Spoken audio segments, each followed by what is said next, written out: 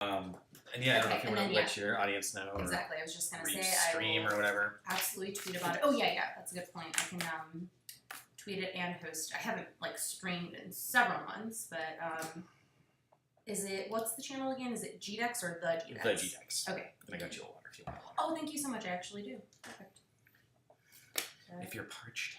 I am. Oh my god, it's so hot out. It's literally 90 degrees. I know. It's ridiculous. Oh, sweet. There we go. It works. All right, it's working. Okay, let's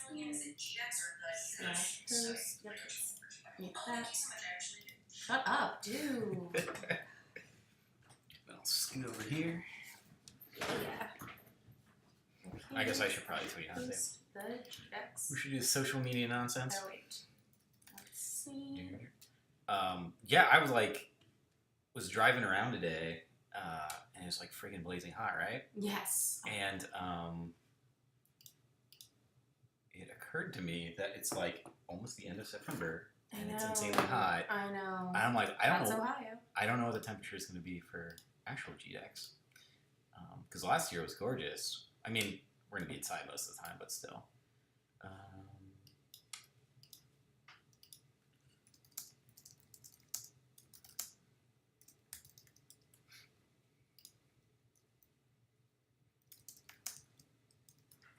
Should I say? Let's see. Now on the GDEX. Oops. Twitch.tv/the channel GDEX. to check about the coming event. Twitch.tv/the See if there's anybody on here. Fun fact for tweet on the. Make sure I'm not broadcasting anything I shouldn't be. Okay. Fun fact: there is another GDEX. So we're the GDEX on everything. Because there is another GDEX, which is like it's like a Malaysian shipping company or something. Oh my god, how funny! And every so often we get. Wait, you guys confused? Yeah, we get complaints. Oh. Like people send us messages complaining because their shipments got lost or whatever. And you're like, that's not me. We Yeah. didn't. So we try to just like sort of casually respond to them. Retweets.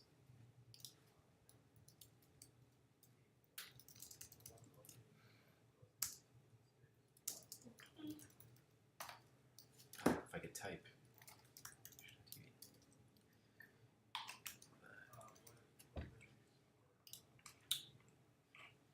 I'll go through some of the Facebook tab. Do you use Hootsuite at all? I have used in the past, but I just kind of found that, I don't know, I kind of prefer to do it manually. Like, I understand how convenient it can be, but I just always, like, am still worried that, like, oh, what if their servers go down, or what if something goes wrong, and, you know, so, like, the tweet doesn't get sent, or whatever, and I don't know, so I always just prefer to do social media manually. Yeah. But, yeah, some of my friends swear by it. It seems like it's useful for, like, preloading content. Like Yeah. if you just want to get stuff going, but... Well, and also, it like I feel like it sometimes has trouble with certain, like, types of media, so... Yeah, and everything's got its own little ads. Every system has its own tags, Right, you know? And so exactly, you can't properly tag. Yeah. So there's always that, like, issue of, like, where, like, because what a lot of times what I'll do is I'll post something on Instagram, and I have my Instagram connected to my Facebook fan page, and so I'll do, like, I'll post it on Instagram, and then I'll not manually, but I'll have Instagram push it out to Facebook for me. Okay. But then again, sometimes it's like I'll tag someone on Instagram, and then their at on Facebook is not the same, so it's a whole big mess. Yeah, I have an Instagram, I don't put anything on it, but I do have one for my dog. So I need to follow that. It's because I love dogs. Dog called Baby. Oh, wait a second here for a couple more people to join. Okay. Let me double check. And also when you just chat about dogs. Yeah, my dog has an Instagram as well. Yeah. So. She's a good girl. I was gonna bring her today, and then I just I know. Are dogs allowed here? I would have brought my dog. Yeah, you can have a dog here. Oh my gosh! I wish I had known because I have just literally the Have you most met perfect Baby? dog. I don't think so. Oh, she's so cute. Yeah, it's Dog Called Baby. Yep. All right. I'll Follow put that her up to now. the screen. Follow her now. She a good girl. But I've had her at the office for the past few days. So oh, nice. That's the wonderful thing about MLG also is that when we're in the Call of Duty season, I bring Winston in every day, and what kind of dog is he? He's a dachshund. Okay. He's a wiener. I love him so much. Oh, I love him more than I will ever love any man. So. Yeah,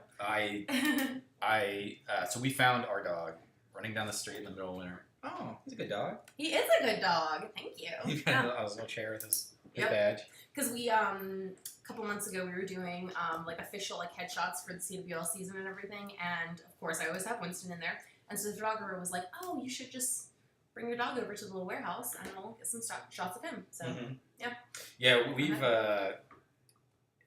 been debating using Baby as just a mascot and putting her on lots of stuff. And I've gotten her in every local paper, I think, except for the Dispatch. Oh, okay.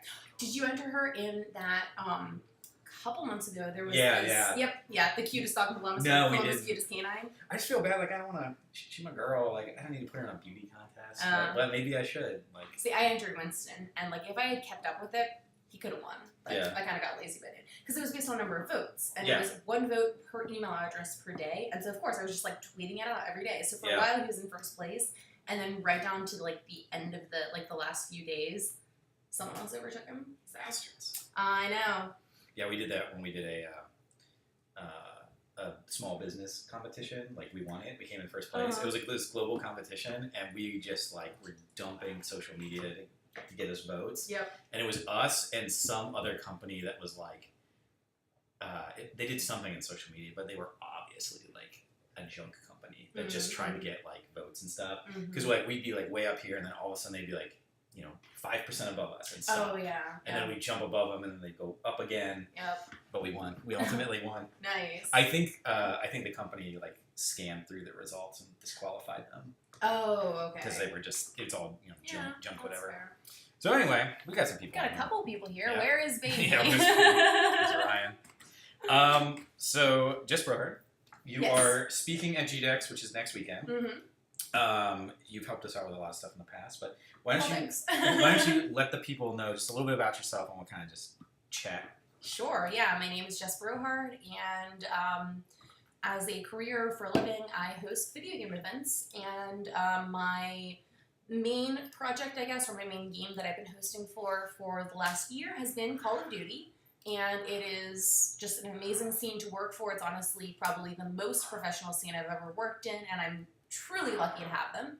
And I just got renewed for next season, so sweet. I'm excited about that. I found out 2 nights ago. I was going to say, the last time we chatted, you weren't sure. Oh, yeah, that's right. Yeah, I literally found out Wednesday night. So, yeah. So you're going to be talking about games casting and esports. What is it like to be renewed for a season, or how does your typical yearly schedule kind of work? Well, the thing about being freelance is that a lot of times it can be kind of up in the air, and I've had the great fortune of getting a lot of really good year-long contracts with different companies, and so that's always a really nice blessing because you know that you have a solid year of work, and it's you can pay the bills and everything. Sure. But this is the first time that I've actually been renewed for a second year with the company, so it's things are stabilizing. Things are good. When's that start? That starts in December. Okay. So I've just got a couple months off, which is awesome. I'm on vacation. That's sweet. Yeah. So what are you going to be talking about at GDEX? Primarily I'm going to be talking about kind of how I got into hosting, how anyone else out there can potentially get into hosting as well, and then also how to be a better host once you get there, how to brand yourself, which is a little bit kind of what I touched on 3 years ago when I gave a talk, and That was a while ago, isn't it? Yeah, I know. I can't believe it was 3 years ago now. Yeah. So I don't know if you've looked at the schedule, or is there anything you were excited to see? I have not looked at the schedule. I'm so sorry. That's all right. I'm the worst. I'm actually the worst. We're a week away. It's all good. We're a week away, and I've barely started writing up my talk. I'll get to it. It'll be fine. I'm going camping this weekend, but next week, Monday, I'll hit it hard. I have no doubt. I'm actually giving a talk 3 days after GDEX. Oh, yeah. I haven't even begun to think about yet. There we go. It makes me feel so much better about myself. It'll be fun. So, we've got, we don't have any Call of Duty stuff, but we've got a variety of tournaments happening. One of the things I want to see you do throughout the weekend is we are bringing in world-class fighting game players. Oh, cool. Okay. So we've got a variety, and it's you can see it on the website. We'll be posting who these people are, but I believe they're all global top 200 players. Okay. And so I want you to play one of them. Like I'm trying to get all of our. That's funny. I'm trying to get all of our speakers to like play. I mean, I have no idea how good at Street Fighter you are or whatever. Terrible. I don't play fighting games. Yeah. Even like Smash Brothers, I don't play. I'm gonna try my best to play if I can fit in the time to play them all once. Okay. I'm sure I will get absolutely obliterated. Yes. Yeah. So there's a small chance that I've met some of these players before, just because of like my work and what I do and stuff. And I worked for while I was living in New York, I did some work for Marvel. And so they released Marvel vs. Capcom. Yeah. So while I was at like E3 and San Diego Comic-Con, I got to interview Justin Wong and F-Champ, I think is his name. And then there were like 2 or 3 others whose names escape me because, again, I'm like just personally not that into fighting games. Yeah. But yeah, anyway, there's a small chance that I've met these guys before. Okay. So that'd be really funny. Yeah, I'm just going to bug all the speakers to just go and just for fun and play against some of these people. Absolutely. And just see what happens. So one of the things that's just happened like within this past week is Ninja was on the cover of ESPN. I know. Yeah. So with you being so sort of into the esports world, what do you think of that? Like that's a pretty big deal. It's amazing. It's groundbreaking, honestly, is I think the word that I would use, groundbreaking. And it's just really cool because I think I feel like I have this conversation a lot with different people, and especially like different people who are really into video games or work in the games industry or just play a lot of games, where things like The Big Bang Theory, for instance, people have called it, nerd blackface, and they find it really offensive. But like with me, I think it's fantastic because it's bringing kind of nerd culture and gaming culture up to, mainstream pop culture. Sure. And so that's exactly what is happening with Ninja being on the cover of ESPN is, I don't really know how I feel specifically about, whether esports are technically sports. But also, it's like if you look at it the way that, like, okay, if chess is a sport, then I think video games should be a sport, And so I'm just of the opinion that anything you can do to make video games and gaming culture and nerd culture more mainstream is fantastic. Yeah. It just helps. Every single time something like that happens, it's a trickle-down effect. It benefits all of us because it can be really, I think, difficult for a lot of people to kind of understand, like, what I do and whatever, like, my parents have always been like, oh, get a real job, kind of thing. I mean, they're supportive, but... I don't know what a real job is anymore. Right, yeah. But, at the same time, it's like, so now that, like, gaming is becoming a lot more mainstream, like, people take you and I more seriously as a result of it, so... Yep. Instead of just looking at us as like, oh, you live in your mom's basement and play video games. Yep. Absolutely. And it's like, well, no, I also make money doing that. I still live in my mom's basement. Right, no, so do I, no. Have you met Ninja before?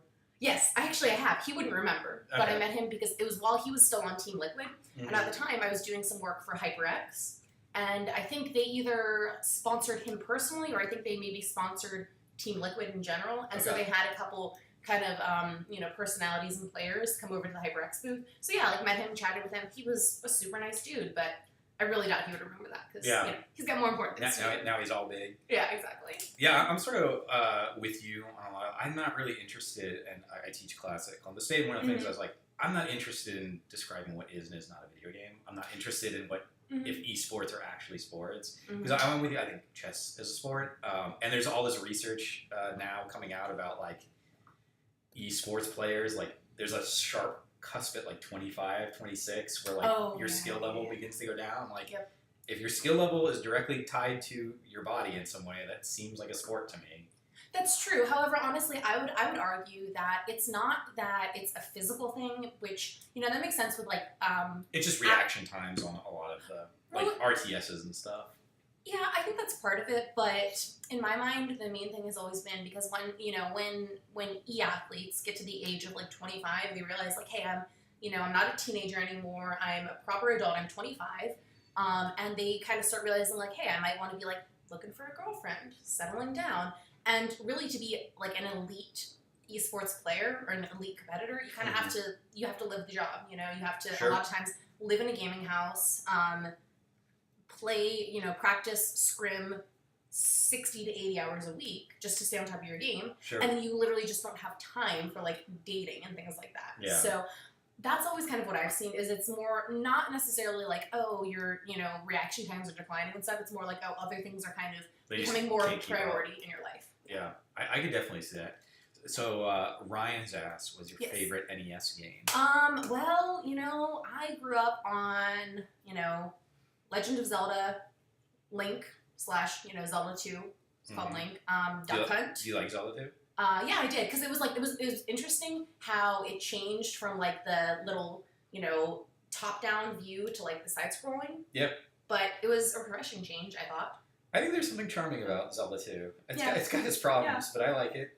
I still have my copy. Nice. I'm pretty sure, literally in my mom's basement. She still has like my old NES and all those cartridges and stuff. So awesome. So my last question that I ask everybody is,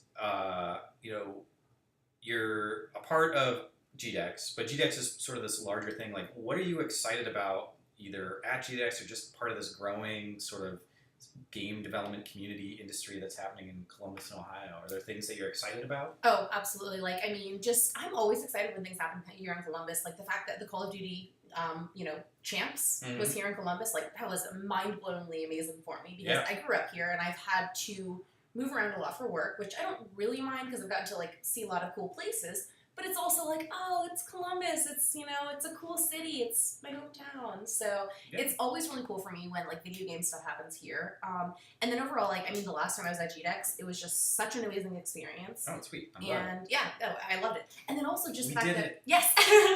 And I talked about this with you the last time we chatted, which was that like I was surprised that people actually showed up and like listened to my talk. And then they like asked questions afterwards. And I was like, wow, like, I honestly go through my daily life thinking, I have no idea what I'm doing. I'm just like, failing my way through. And yet these people are actually like looking at me like I know what I'm talking about. And that was a really cool feeling.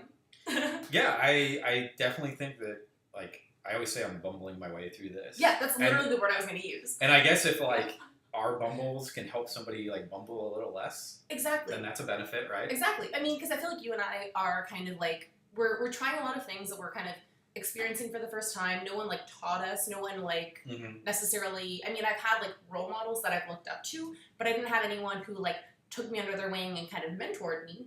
And so if I can be that for someone else, then like that's fantastic. Well, in this space, just in Columbus, Ohio, there aren't a lot of people that can be role models. Right. They're just, it's a growing industry, so we just sort of had to strap in. And I were you going to say something? I was just going to say, yesterday or the day before, I actually just saw an article, and I don't remember what website it was on, but it was called like the top 10 U.S. cities to live in for game development or something like that. Columbus was 4th on the list. Seriously? I was surprised. But I will have to look up to that. Yeah, you can probably just Google it. I'm sure it's super easy to find. We will use the power of Google and find this. Yeah, Google can find anything. So, sweet. Jeff, thank you for being here. Do you have any last thoughts before we head into the weekend? I don't think so. Just ready to rock and roll? Yes, exactly. All right, well, just thank you. You can find her at Jess Brohard. Yep. Do you still use the Brohard or Brohome? I do. Okay. Yes, Brohard or Brohome. It's a great catchphrase. It is. And it's hilarious because I didn't even come up with that. Okay. I actually have a t-shirt that says Brohard or Brohome that I didn't design or anything. I just found it? Yeah. That's awesome. My cousin found it. Here's a total, gonna go on a little bit of a rant here. Do it. So this person messaged me on Facebook one time. His name was Charlie Brohard. Okay. And he goes, hey, this is going to be really weird, but I saw you in a YouTube video, noticed your last name, and thought, well, we probably have to be related because I've never met anyone with that last name before. Yeah. And I said, yeah, you're probably right. And then the next year at our family reunion, like, he was there. And I was like, hey, what's up? We literally are cousins. That's awesome. Yeah. And so he was telling me he found his t-shirt online that was, Brohard or Brohome. The owner of the shop gave him a 10% discount because of our last name. Because of the name. Yep. So I did the same thing. Yeah. That's sweet. So anyway. Yeah, one of my friends, he has, over the past probably 15 years, been trying to find all the people with his name, like his first and last name, and then he sends them a thing and tries to get like something from them or like a picture from them or whatever. And he's just been growing this collection of people that have his name. There's a, I can't remember what the first name is, but it might be like, there's a something Smith convention. Like, it might be like John Smith or something like that. But there's like a convention, like a meetup every year for everybody who has the name. See, I don't even know how I would look this up. The same name. I know. It's something Smith for sure, because I had a friend in high school whose last name was Smith, but I'm trying to remember her brother's name, because her brother would go to that each year. It might have been John Smith or this is gonna bug me now. Oh well. But some intrepid listener can so find it.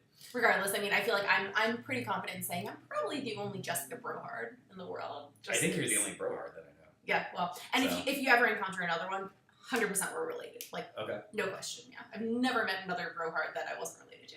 Okay, that's awesome. Yeah, it's pretty fun. Well, just thank you again. I look forward to having you at GDEX this year, which is next weekend. I guess the weekend of the 29th and 30th of September 2018. Again, you can find her at Jess Brohard. You can find me at Volpe Creates. And thank you all for listening. Thank you so much, guys. Bye. So I think we're back. We might be back. Hold on. Okay. Are we back? That's so funny. Yeah. All right. We came back specifically for this Smith name gathering. Totally thing. worth it. So yeah, there it is. Check this out. Jim Smith. Where am I? Thousands of people named Jim Smith. No, thank you, Foxy. I feel like that. Gather in Winston-Salem. Yep. That is awesome. That's amazing. 2,000 members, including a few women. Well, there you go, Jim Smith. There we go. The Jim Smith convention. It looks like it happens in July every year. So there you go. All right. If you're Jim Smith or you like Jim Smith, I'm going to start the Jess Brohard convention. Yeah. I'm going to be the only one. Sweet. Well, we'll see you all next weekend. Bye.